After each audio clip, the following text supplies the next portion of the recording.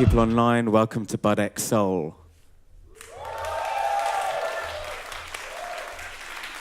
How great is that? This is the second in a global series of worldwide events, which we're doing talks, performances, workshops, panels, and then obviously parties. It's a collaboration between Boiler Room and Budweiser.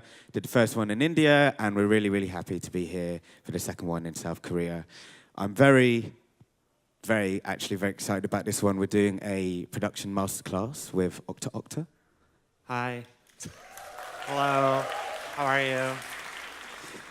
So before we get into all this stuff on the table, the first thing Maya said to me when we spoke about this is, why is it called a masterclass? I don't feel like a master in anything I do in this entire world, especially when it comes to music production. So it feels quite weird for this to be a master class. So let's scrap the name masterclass. So it's amateur hour with Octa Octa. Yeah. It's 15 years of being an amateur. In fact, I don't want to use, well, I'm going to anyway, but the something she said last night is I've been DIY as fuck for as long as I can remember. Yeah, absolutely. So, she's saying that all the equipment is super cheap to use. She makes mistakes, and this is just her approach to basically. Well, what we're going to focus on particular, actually, is worth noting, is her live show when she tours and DJs. So this is something, because you actually started originally doing laptop live sets. Right. So my live set now, I've been doing live sets for a really long time, but in the iteration of Octa Octa since my first vinyl release came out in 2011, I've pretty much started with live sets and was only doing live sets for a number of years. And that started a lot with just a laptop and a controller. I was using a laptop and an Akai APC-40. And a super cheap laptop because I really like to not spend money. Because I'm super all about budget stuff. DIY as fuck. Well, I would do better if I had more money, but I didn't. So, so it's been a number of years, and things have changed over those years as I've wanted to do things with the live set and to change things over. It started with just a computer and a laptop, and I would just do everything in Ableton. I write pretty much everything in Ableton. I have a lot of gear here for live performance, and it's pretty specifically just for live performance. Pretty much everything I write is in Box Ableton, no VSTs, using Analog Operator for most synthesizer stuff. So what we're going to essentially try and break down to the best of our knowledge and power is basically translating your productions, which are made into Ableton, and how you sort of perform them live. Right. And that process from getting to a track that you've written and recorded, and it's just your laptop in your home, to doing this where there's no laptop, you've just got a bunch of gear. Well, let's be honest, the Octatrack is a laptop in a box, essentially. Okay. It's somewhat frustrating sometimes when people are like, I really love that you have a full hardware setup. It's really great to not see a laptop. And it's like, well, I did have a laptop until 2 years ago when my last one finally broke after, I had 5 live sets crash 20 minutes in a row. And I was like, I guess I have to try to get something that's a little more stable.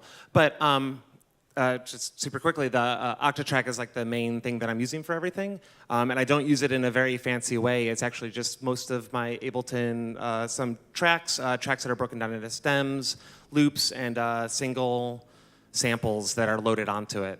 So I'm not doing anything particularly fancy with it other than somewhat playback and doing loops with it, and using it as a main clock for things. Have you got something loaded up that you can maybe demonstrate the different... Yeah, it's a bunch of different things. It feels quite weird, but for the past couple of years, I've been starting with this same vocal hit that I had right here. I'll just reprogram it real quick.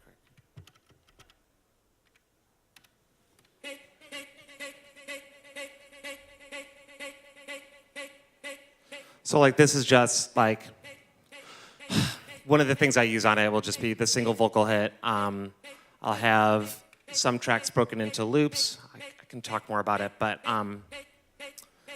Oh, it's kind of difficult. And these are all bounced out from the Ableton files of the production. Yeah, this is something that I cut up in Ableton and threw in here as a single part. And then I have like in this page on the project that I have loaded up, I have 4 tracks that are a track in itself that I've been playing around with, broken down into this part. So like a lead, and then I have a bass line, which I have to.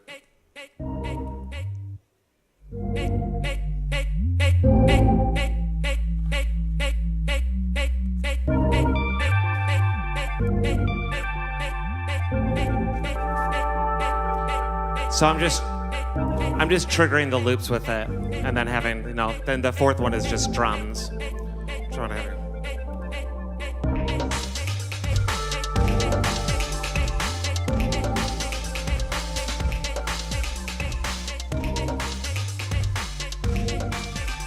The reason it's broken down is so that then I can edit it and filter individual parts on it, and then the wider aspect of performing live is that I do a lot of improvisation.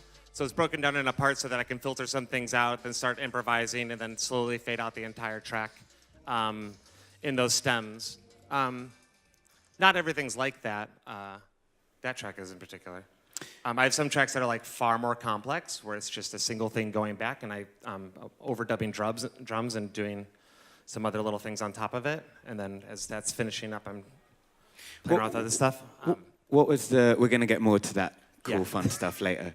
I just wanted to give a little teaser. But what was the thinking behind going from a laptop set, which, no disrespect to producers who do laptop sets, but to actually doing something like this, because it's clearly a bit more difficult. You have to carry a lot more gear, and it's more complicated. Right.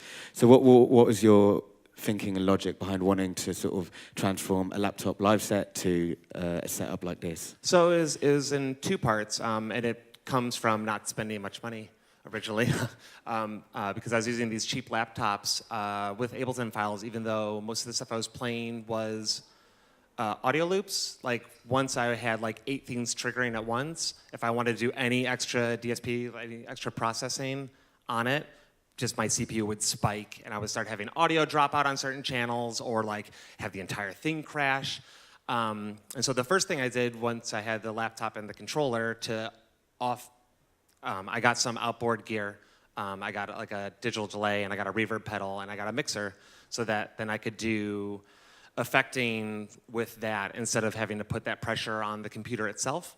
And that then started down our road of like, well, then I could offload more stuff by then doing this MPC 1000. And I'm like, but now I could do these other things and not send MIDI from it and just play around with these things. So it's more of a natural progression rather than like, right, I'm moving to... Yeah, it was like step by step. Right, and then the second part of it was, since I couldn't do a lot of processing on my laptop, and I felt like my sets were getting quite stale, and I was honestly just getting really bored.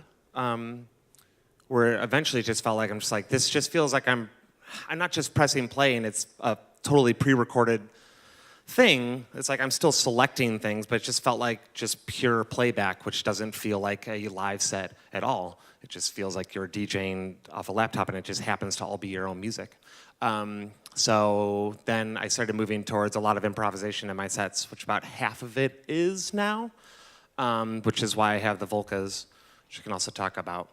But yeah, it was just a progression when I like try something, and then I got these little pieces of gear, and it's like, well, I could do a little bit more with it, add some more things to it. And there's no like. It's a case of like challenging yourself. Well, yeah, because I don't know, live perform. Like since I started with mostly live performing, like it was when a live set goes well, it's the highest high in the fucking world. Like when you just kill a live set, you're just like, yes, I'm the greatest in the world. Consequently, when it's the worst, you're like, why would anyone ever book me again? I'm god awful at this. This is terrible. But yeah, I forgot what I was trying to say with that. We were talking about sort of the challenge of doing a setup like this. Oh, right. It is exposing yourself a bit more. A lot more can go, Oh, yeah. a lot more can go wrong. As soon as you start adding more elements, I have things go wrong all the time. I was playing a festival last weekend, Pitch Festival, which was outdoors, and there's just dust everywhere. And so dust was getting all over all my gear and was getting into things. I started having all this weird clock drift where these stopped syncing properly. So I had to hit start and stop on the main clock 4 times throughout the performance to try to reset it, and then it would be okay for another 15 minutes and then start drifting and falling apart again. And that's just something that you just eventually learn to deal with and just not beat yourself up about it. There's a lot more perils with stuff like this. We were talking about Yeah, but it's so much more fun. I mean, there's just sometimes things go wrong in the best way, and you're just like, why does that sound so fucking weird? That sounds so good. It would not happen. It would not happen otherwise, except for this moment. pouring dust on the equipment. Yeah, that's gonna be my new look. It's just buckets. I need I need sediment over everything. So so we've just quickly touched on the Octatrack. So do you want to talk about the next bit of gear, which I don't know whether you want to talk about these? Yeah. Well, let's do this really quick. The overarching general setup of my live set is it's kind of it's in 2 blocks. So since I do a lot of improvising, since the Octatrack is mostly samples and tracks like that, I then also do improvising. So I do something on this, then I do stuff on this, and while this stuff's finishing up, I go back to this. So it's like having 2, like a DJ setup, kind of, where you have 2 turntables, or you're trying to do 2 records. And the MPC is the thing in the center that's kind of So do you want to quickly explain, Octatrack essentially loads in samples?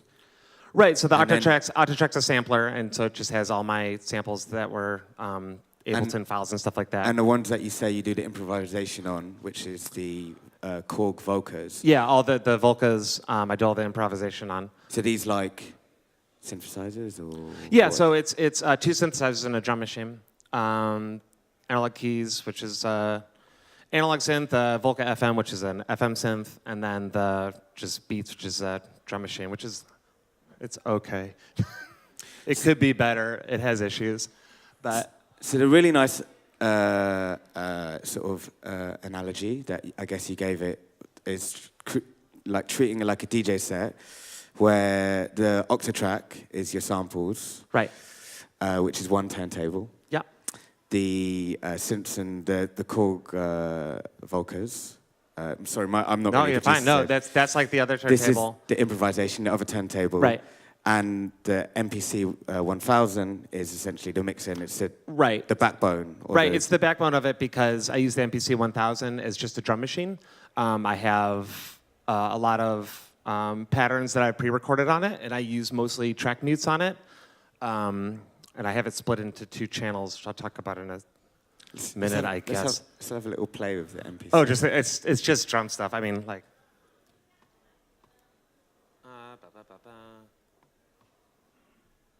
And these are all your own drum samples? Yeah, this is just, when I write most of my stuff, I just pull from drum packs of one-shot samples from whatever drum machine. It really doesn't matter what it is. Let me make sure this is... So they're sample packs, as opposed to digging and cutting up your own drum sometimes it is, especially when I'm doing stuff with breaks, but most of the break stuff then, because they're more complex patterns, I then just export those as loops that then I throw into the Electron, but there's nothing particularly fancy. It's a drum machine.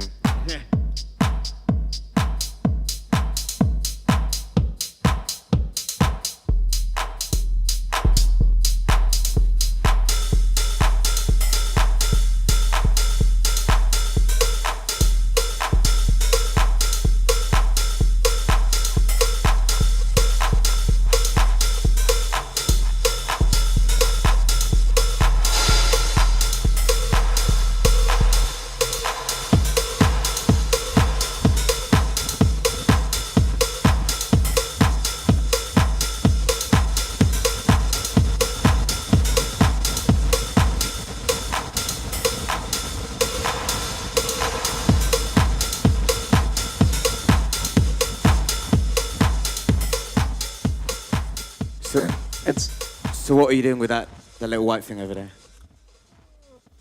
Oh wait, this is sampling out. Or not sampling out, it's looping out. Quiet down. With the delay. You still have to talk. You always have to talk to your gear also, especially when buttons aren't working. Like this one isn't. There we go.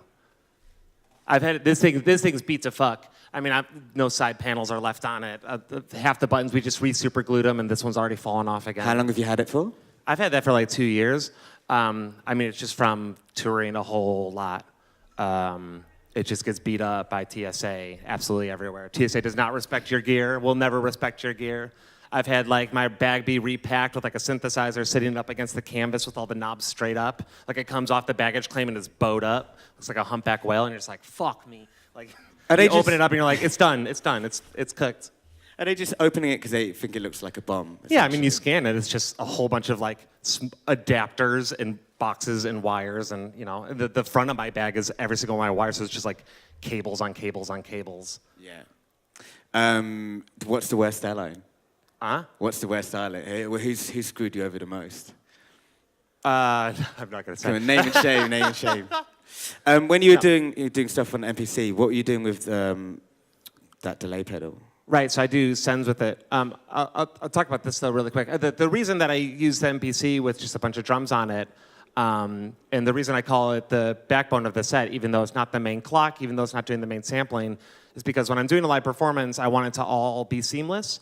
And I don't want to be like loading up project files and have like moments of silence, and like I want it to be this one continuous thing. So I use the MPC as overdub drums on this, or just the drums that are going along with it, and for the improvisational parts, so that there's just this consistent flow with it. And if something's not working, then I can mess around with that for a minute while I'm trying to figure out what the hell is happening with something else. And is it sort of like, is it mainly kind of loops you've already got in the MPC, or do you ever tap out drum patterns as well? In here? Yeah. No, it's just a collection of stuff that I wanted to throw onto it. And then you actually do quite a lot of like with this thing, right? So with the drum sound itself. Right. So the MPC specifically, I've set it up by taking advantage of the 4 outs, which is 2 stereo outs. You can hard pan those outputs left and right to make it 4 outputs. I don't, because I don't have that much space on my mixer. I really only have 1 channel left over after everything. So the setup for it is on the left side of the banks. I just put kick drums, and I have just different sets like we had going, whatever it was. You know.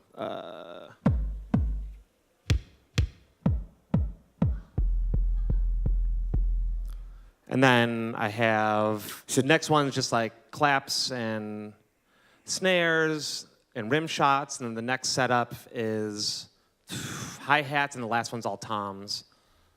So of the 4 sends from the MPC, what's what? Right, so then I use one stereo channel out of it dedicated to just the kick drums, and which you can't really see behind this Genelec is a compressor. Alesis micro limiter. It's a super cheap limiter. It cost me like $40 on eBay. It's beat to hell, but you know, when you want to like get like a brick wall kick drum just like slam through a system, it works pretty well.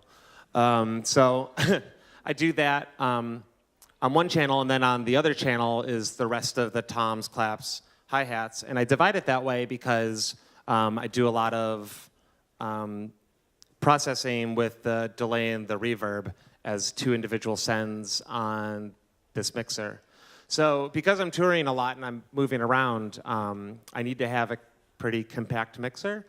There's a point where people will start bringing you mixers to parties, which is great, except they never bring the one that I want to use, or they'll bring me something that's like a 32-channel mixer that for an hour sound check for a mixer I've never used and don't understand the routing of is obnoxious.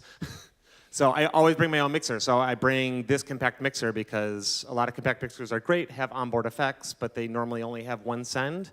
And I really want to divide up my sends to have delay and reverb be the 2 that I use on it. Because then it also translates over to the Volcas. I mean, it goes to everything. So I can put, you know, delay or reverb on any channel that I want. So just for the context of people who, like myself, who don't make music as much, what he's done with the MPC is split out the kick drums to another channel, right, and then use the compressor essentially to give it the doof-doof right, effect, which is we all need that. you know, with dance music, you want kick drums that cover. Can we quickly hear Yeah. the difference of the kick drum with and without the compressor, just for the sort Oh, of, sure. It's just going to be real quiet with that output on it. I mean, and then I also have multiple different kick drums because I like to stack kicks so that you have, you know, a The extra- low end the extra 808 doof. or like a 909 tom pitched all the way down, and then a 707 kick on top of it to give it a better mid-range hit. But I mean, this is what it would normally be, and then without, I mean, just quite a big difference. So yeah, like, it's quite quiet. I separate- mean, I could like turn it up some, like that's as much as I can turn it up, unless I'm going to turn it down while I turn it back on.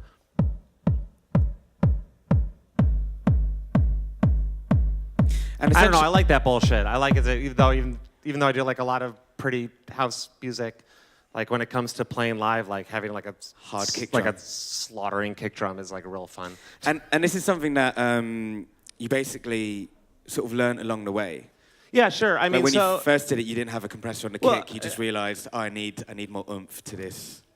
yeah, because I would take it out to a bunch of parts. Well, so I split it out originally because I wanted to have a dry channel for kicks so that I could do effects on the rest of it, because I mean kicks with delay and reverb on it just sound, I mean they sound fine, but they sound weird in the context of already playing in an open air space normally, be it a club or be it at a festival or something like that. Like you don't need to add more space to a kick drum because the ambience of the room is going to take care of that anyways.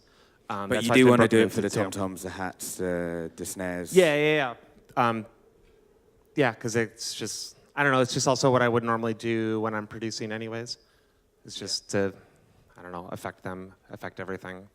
Do you think now that you tour in this way, it's affected the way you write music because you now have it in the back of your mind how you're going to present this track to a live audience at a festival? Yeah, sure. at a No. club? It doesn't, No, it I hasn't mean- affected it at all? No. I mean, this is all like, it's quite strange. I mean, I'm self-taught in everything. I really have no musical background other than when I was 15, got my first drum machine and started playing around with stuff. And it took quite a while to like get used to making things. And while I have like a community around me that will gladly teach me how to use some gear, that's like an afternoon of sitting down with someone, and then you go back home and you're like, what did they say again? Like we talked for about 2 hours and I don't really remember most of it other than like that was the play button and here's how you record something. And you're like, okay, so I have 2 pieces of it. But YouTube tutorials? Yeah, I only watched one once. There was only one that actually, it's so stupid. This is the dumbest thing. No, it was like 2005 and I was listening to it. I come from a drum and bass and jungle background, but so in like 2005, I was listening to a bunch of dubstep, and I was like, how do they do that wobbly bass? I don't understand. So I watched like a YouTube tutorial on how to do, like use an LFO on a filter. And I was like, oh. And then it like opened up my world of sound synthesis. Like I watched this one thing and then I was like, oh, I get it. There's like all these things you can do to it. Like, I don't know. It's just very dumb. You've only But it ever- was just one YouTube tutorial. Just one? Just to make a dubstep bass line. And I was like, great, Wow, and now I got wow. it. Yeah. Very important. Right. I'm surprised you haven't watched more. That's quite interesting, actually. No, but because it's. I mean, this is my hobby. Like, I'm really lucky to be here and to be able to do this stuff, and it's wonderful. But I never went out starting to do music as a career in mind for any of it. It's just the thing I like to do. So, you know, messing around and falling on your face with gear for hours on end, or not even that, or even just in Ableton, just figuring out how to use those things is super fun and satisfying when you figure out things. I mean, like in Ableton, I didn't know that you could quantize MIDI notes for 8 years. Like I've been using it for, not even that, even more, like 10 years. I would redraw every single value. Just because I didn't ask anyone. I was just like, this is how I figured out how to do it, and this is how I kept going with it. You're not a fan of reading the manual? No, that's not true. I do like the tutorials quite a bit, because I still had to like learn how to do it. Actually, the Ableton tutorials are pretty great. But I got to a point where I was like, okay, now I can make something. And then the last thing I'm interested in was a deeper dive in it. I was just like, I just want to put things on channels and see how they sound. And I mean, I've been used, like I've said, I'm 30 now, so I've been doing this for 15 years, and pretty much always electronic music. And yeah, that's just more fun. It's just more fun to mess around with stuff. With you say, when you figure something out, there's a satisfaction, but also with the not figuring it out. Well, sure, but there's also like someone tells you that you can, press this hotkey and it quantizes everything, and then you feel like a big dummy. So. But what I was going to say is there not like a level of frustration where you want to I know what I want to do, but that's...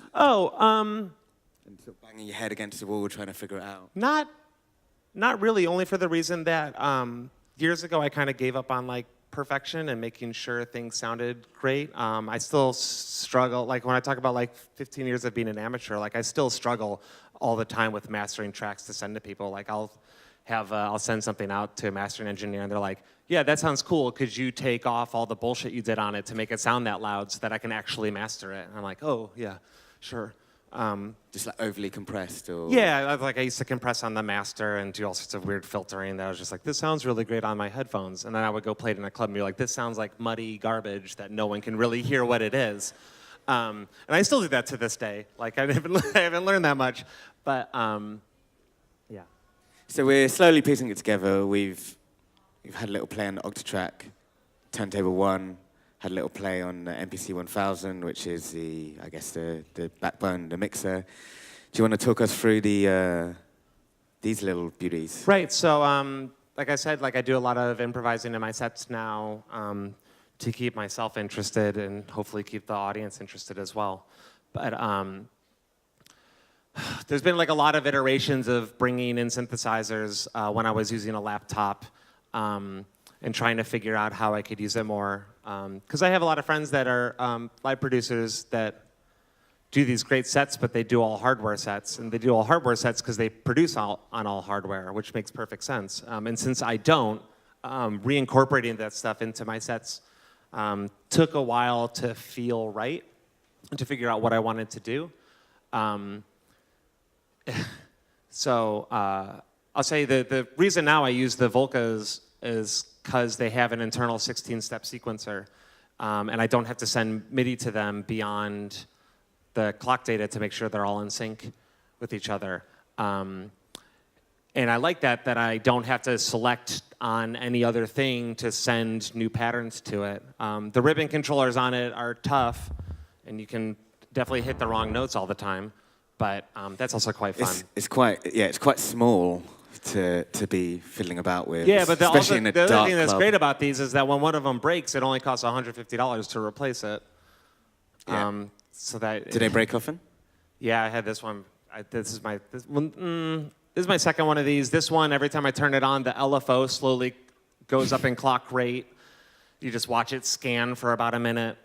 This thing, half the time, doesn't want to start syncing anymore.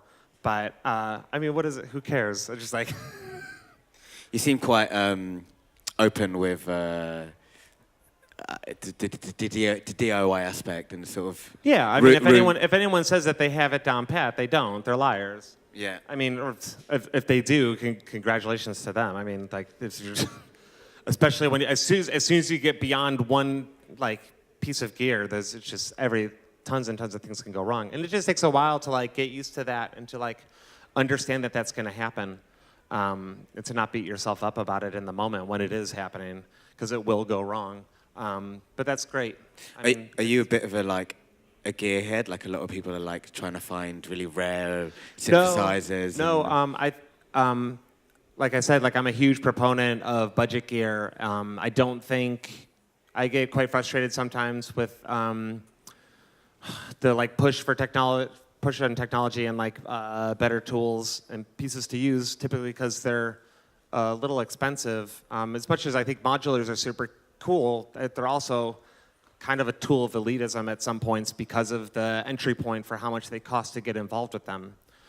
The same thing for live sets. When people want to slag live sets that use a laptop, it should rethink things, because you don't know what that person's situation is. You don't know what they can afford and what they can do. Maybe a laptop is all they have. It's do you like how the music sounds? Does the music sound really good? Cool. Give them a break. They might get there one day and be able to have those other things, but it takes time. It's taken me time to build up what I have here. to a point like now, like this Octatrack is brand new from last week when I was flying from the States over to Europe on this trip. I left my compact flash card in the back of my Octatrack, and my bag got slammed by TSA and it broke all the pins on it. So I had to go buy one.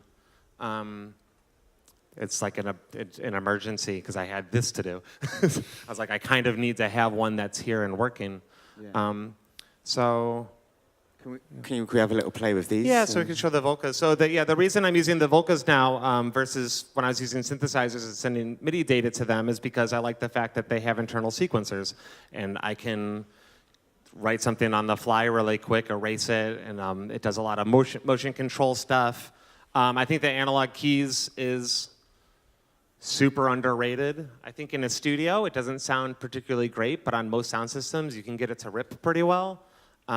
Especially in a live set context. I think they sound really good. And then, then I also have, but another issue with them is they can be quite dry sometimes, which is why I like having a reverb and a delay so that you can beef them up a little bit. Like this is, this is the organ on the FM, which is, which is, I don't know, it's quite dry, and then it's just like, whatever.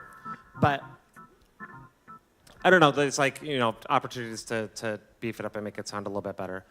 But so normally what I normally do is I have something going on here.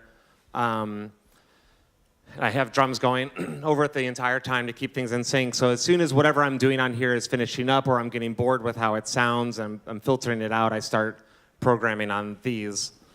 So we'll just get like...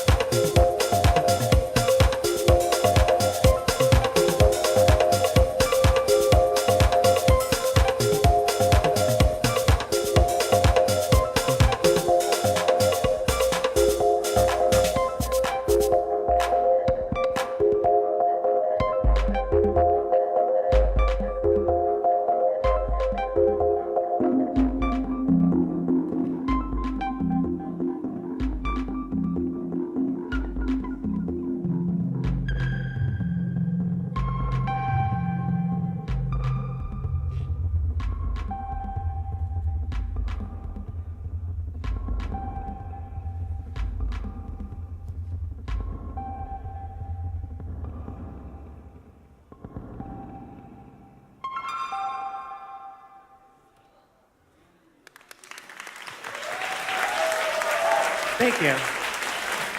So that's the thing that's great about them is that they have all that in there. So I didn't have to touch. I mean, I touched this just to put a break on top of it because I want to put a break on absolutely everything. Um, but yeah, they're great like small performance tools that let you do a whole lot for not a lot of money. They sound quite good.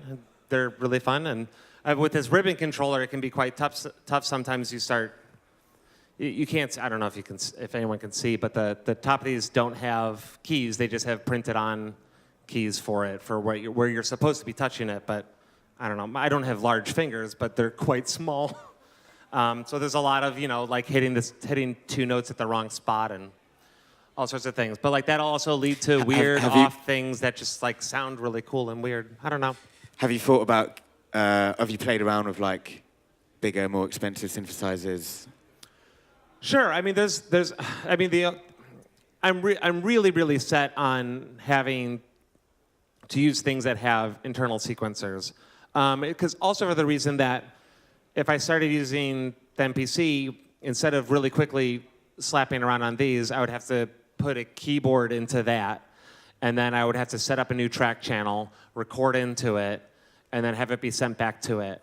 And that just adds an extra step that I'm not interested in because I want it to be fast because I want to be doing it in the moment and get more interesting results out of that, I believe.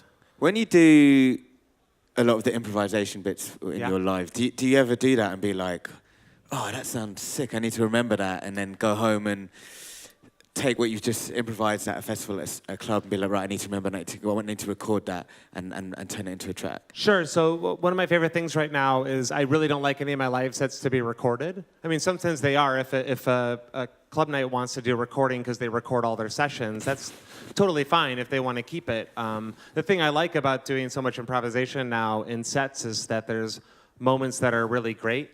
And I don't have them recorded because I just want them to be in that moment, in that space. And I may never hear them again, which I think is quite nice. It's kind of nice to have this moment in this experience in this club setting with these other people. They may not know that it's some improvised bit. I do, and it becomes quite exciting for me. And it's also then not having stuff. I don't know. There's no reason. You can always write something else. Even I get months and months of writer's block and not being able to do anything, and then eventually something breaks through, and you make something new. How do you overcome your writer's block? Huh? How do you overcome your writer's block? Oh, I watch a lot of TV. I watch a lot of TV. Junk TV. Yeah, absolutely. Yeah. Property Brothers, I'll do it. House Hunters, I'll do it. HGTV, me and HGTV, we're very, very, very close. Is that an effective way of overcoming writer's block? No, it's not. But it's just the reality of of what I do. I made these choices in life to do these things, and that's how it is. That's just. Yeah, that's. So it's about choices. I don't make the best ones, but it's the reality. And how much of this setup gets incorporated into the writing process? Because this is the live process, but how much of this gear is used on the tracks that we know from your records? So not a lot. Actually, my studio setup at home. I mean, the funniest thing when I was talking about, I write mostly everything in Ableton, and I write most of it on like these headphones. Or I used to use terrible headphones. Like these are nice headphones, but they're DJ headphones. Like they're not studio monitor headphones. This is not a suggestion. But you don't even. Let me tell you this right now. Doing that, just listening to headphones and not using like proper studio monitors is pretty bad, especially for ear fatigue. When you're just like, it's not loud enough, and then you look at your thing, it's 100% volume. Plus, you then have like a plus six like decibel utility running on everything to make it even louder because your ears are tired after 2 hours of a 5-second loop that you're just slamming over and over again. You're like, this is so good. I can't stop it. You don't have monitor speakers that you use? No, I do now. But anyway, so my studio setup has only a handful of other pieces. And when I record, I don't do a lot of recording and then putting it back in Ableton. I do some more now. Like I had an album come out, it would be last year now, that incorporated a lot more recording in the studio. A lot of remixes I do also I just use this Volca keys because it's really fast and I'm always up against deadlines. Because you've got a pretty intense tour schedule Yeah. this year. It's pretty relentless. Yeah, I don't live at home anymore, essentially. Yeah, and this setup, it seems like quite an effective way of doing stuff on the fly. Right. So the other thing about using the Octatrack and making it mostly a sample box is the reason that I only have so much space to bring things with me. And this is compact enough that I can bring it around quite regularly and not have issues with it. But it's also like, as much as I really love it when people have enormous tables of gear, I don't really understand how they can keep track of everything. I mean, even with this smaller setup, it's like I'm constantly doing something the entire time.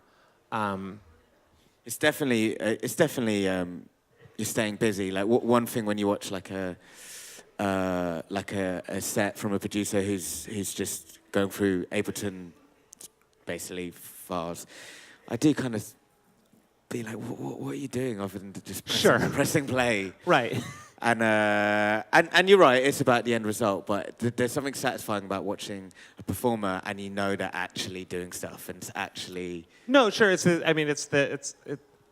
also kind of equated to the funny moment when you're like seeing a DJ and things are great, and then they have to like jump off to go to the bathroom or something, and then the booth's empty, but the music's still going, and you're like, why is this happening? Because, I don't know.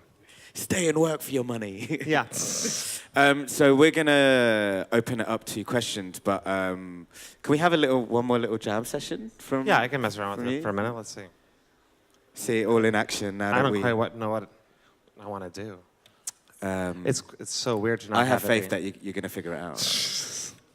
That's very kind of you.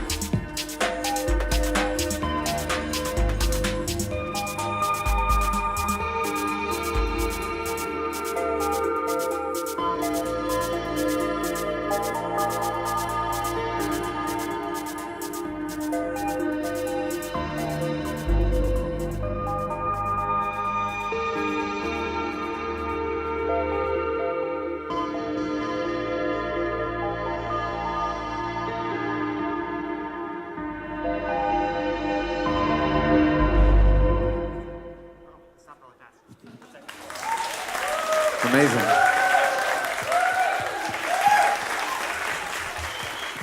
Thank you. Right, that was fantastic. Okay, good. So, does anyone, and someone's going to follow you with a microphone, but does anyone in the crowd have some questions? We have some time. Oh. Where's the mic man? There we go.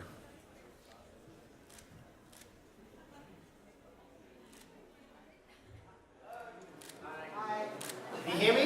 Yeah. You can hear me? Okay. So I'm really interested about like the interactive part about your set. It's like usually when people watch a DJ, they're not watching the DJ. It's like listening to the music.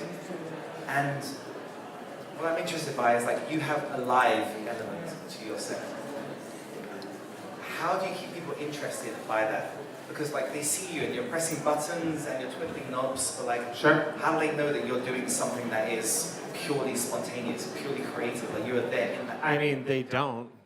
Unless they're standing around me and I'm like announcing to them, this is the moment when I'm doing this thing, like watch me press the specific key and hear the thing. I mean, yeah, especially when, especially for if you're doing a live set and you're like up on a stage. Like, from the background I come from, I'm very much more comfortable on the floor, like eye level with someone, so that if they do want to watch this and see me press a button and hear the sonic reaction from it, that's much more satisfying in interaction with me with them versus like festival I play where you're up on a stage and no one can really see what the gear is. And I'm also just like, to keep someone, to keep someone interested in it, just like, I like what I'm doing, and I'm dancing while I'm doing the thing, and I'm trying to feel what I can feel from what I'm doing, and that's about as much of a really performative aspect that I can add into something. I think that like sort of like the pureness in which you approach it is the right way to do it. But I feel like these days, the aesthetic of a DJ, like it goes more beyond like what you're playing in. Like, it's a whole stage. You have like a light show. You have holograms. Oh sure. I think that kind of like detracts from what you're really doing. I was like, how can you bring the focus back to? Well, number one is get rid of as many lights as possible. I mean, it's totally different for other people, and having an artistic expression also by adding video and having visuals to your set. If that's something that you want to do and you're doing it well, like why not? For me specifically, I don't really have any interest in that. I like going into a club and being like, okay, well, let's turn off all of this, and then let's just not have a projector behind me. Also, I don't want like a projector bulb in my eyes the entire time while I'm playing. It's just like, well, it's not that it gets warm. It's just that you have this flash, this light, and it's like harder to see exactly what you're doing. But you know, it's having, at least for me personally, having like a darker environment or less lights or less actual visual information happening lets people enjoy the music more. At least for me personally, it lets you like not pay attention as much. I mean, you know, DJs used to be hidden, essentially. Like there was no idea of having them be at the forefront of as a visual component to it, especially when you're just playing records. Not that people aren't entertaining to watch while they play records, but not everyone. And it can detract from it at some point. But I hope that's an answer. Because you snuck in about 5 questions there. No, it's fine. It's great. Over here. Just here, the guy in the leather jacket. Can we also make sure that door's closed, please, whoever's at the back? Thanks for the great lecture. It was very useful. You're welcome. It's a bit like a technical question about your live set. Like when you use like Voca keys or Voca FM, is the MIDI notes from that machine itself, or do you use Octatrack as a like MIDI sequencer as well? No, so yeah, the reason I use the Volcas, I don't send any MIDI data to them. They're plugged in with MIDI only for the tempo, so that it's synced up. But I don't send any information to it, and I like the fact that it has an internal sequencer and it has a keyboard on the front, so that I can record things into it. I used to years ago when I had different pieces of gear, like Yamaha TX7 and Arturia Micro Brute. those were pieces of gear that I would send data to because they didn't have a sequencer on board. Well, the Microbrute does, but not really. It didn't have it on board, so I would have to send information to it. But I like to use these because I don't have to send any information to it, and I can record on the fly into them, and I can erase them really quickly, and it's just it's less steps involved. Okay. Then is there any like patterns like stored in that machine as well? Like In these? Yeah. No, I don't store anything in these. So these are always blank for reasons that I just don't want to. Yeah, I don't want anything there that I can rely on and jump into because it just makes it more free to do whatever. Does it has the Yeah, so ability when we're to- talking about, I mean, because there's a visual component to it where it's not intentional, but it looks like from the Octatrack I'm sending information to them for stuff, but that's not true. This is for improvisation or to overlay over things that I have going on here. And the only reason for that, for keeping stuff on here, is that most of the stuff I write is on Ableton. And there's a point where, like, I've also done set, like when I was in Vienna and this didn't work, I did a set that was just this and these, which was fine. But it felt quite weird not having like music that I typically make or have on record or something that someone's heard before available during that set. Yeah. Does any more questions from the room? Up in the front, in the white top.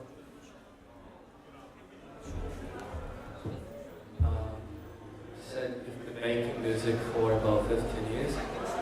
And can you tell me how was the music you were making 5 years ago, 10 years ago? How has it changed? And do you have any idea in which sort of direction will it go? Sure. I started, when I was first doing stuff, I did a lot of experimental stuff only because I didn't know what I was doing and I was just recording whatever. And eventually I was doing a lot of IDM and breakcore. Unsuccessfully, not very good, but it was all stepping stones to kind of learn what I was doing up to when I had my first record out. It was like the first time I felt confident about something to send things to a record label. That's when I started doing, I was listening to house, but I wasn't necessarily making much of it. And then as I was getting more involved and interested in it, I started setting aside like IDM and stuff to the side because at the time I was also involved in a band. Me and my friend, I was the only one with a PA at my university, so I would always go set up the PA, and then 3 punk bands would play, and then me and my friend would do our like disco pop band with gang chants over it, and like those would be like party starters, and they'd be super fun, and everyone would be dancing around and singing and jumping on top of each other and stuff like that. And that feeling I translated over to when I started listening to a bunch of house and then making some of it. And then the first time I made a house track I really like, I played it at like the end of one of my older like IDM sets, and like the place went off. And I was like, oh, that's what I've been looking for this whole time. Not like me jerking around with the microphone or me just like hunched over a laptop slamming my head into it while just like, 200 BPM breaks are flying all over everything. It's just like, oh, this has like a groove and a feeling that feels more appropriate to what I was looking for. So I've been chasing that ever since. I have no idea what I'm gonna make or what's gonna come next, but I will say I don't have much interest in retreading the past with things I've already created. I mean, I have unintentionally, there are things I make that make my head tingle, and then I'm like, oh, that's good. That's like a thing that I want to be making, and that has some aesthetic nature that is embedded within me that I don't understand quite. But it's never, I don't know where it's gonna go. But I don't I sent demos out to a record label once, and they're like, I like these songs, but I really like the first record. I said, that's great, go play the first record then, because I already made those songs. I don't have an interest in jumping back and trying to recreate the thing that was there before. And so it's a constant move through stuff. Like I said, I come from a drum and bass and jungle background, and when I first started making music, that's the music I was trying to make, but I didn't understand sampling and all sorts of things. And so now, since I'm better at it, I've been making lots of breaks tracks. I've been making a bunch of jungle that I'm not giving to anyone because they don't need to hear it, but it's really fun for me to make by myself. So I don't know where it's going, but I also have no plans nor really cares to see where it's going. It's just fun to just make stuff and find out what happens. I hope that's an answer. I think we have time for one more question. In the middle there? Is there...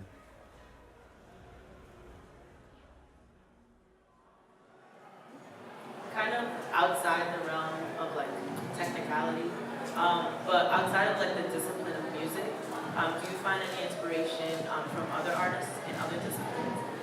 Because you definitely have a vibe and a feeling, and I feel like other artists can tap into that vibe, but I wonder like, do you get into other people around you that don't necessarily do the same thing you do? Sorry, that was a lot. No, it's not a lot. It's just I haven't really thought of it before. I don't want to say no because I know that's not true, but I can't really think of. It's not like I go to the art museum and then I'm just like, man, this this painting really makes me want to like program a snare drum in this way. But there's actually I would move it more towards being involved in cultural events that aren't necessarily just based around music, and being out with people and having conversations with other artists will lead me to start thinking about things in other ways, or will give me feelings and vibes that were at a party that then I go home and slowly matriculates and translates into things. It's like with the stuff I'm working on by myself, like jumping back to like making a bunch of jungle and stuff like that. It's just like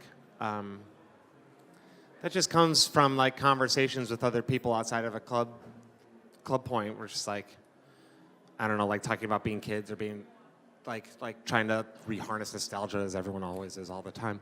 But it like made me want to go back and try to do something that I wanted to do when I was 14 years old or 15 years old. I like 2 years. I had to go back through a bunch of files to send some songs for a compilation, and I found like 3 versions of this one track I was working on, and one of them I called High School Mix, not because it sounds like high school to anyone else, but it sounded like high school to me because it was time 2 years ago when I was also playing around a lot with breaks, and it just had me this like instant connection and me being like in my friend's car listening to like a decoder mix or something like that. Like I don't know.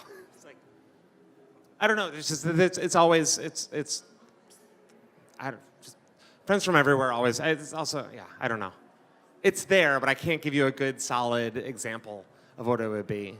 It's definitely talking to other creative people always makes me want to be more creative and do more things, because it's a community and they're typically people that understand you and they know that it's a struggle every day to make something, but it also has importance to you and to other people to share that. And yeah. I guess that's an answer. I'm sorry if it's That's not. it's a beautiful way to end but thank you to Octa Octa for the amazing session. Thank you. And thank you, Bud X Soul.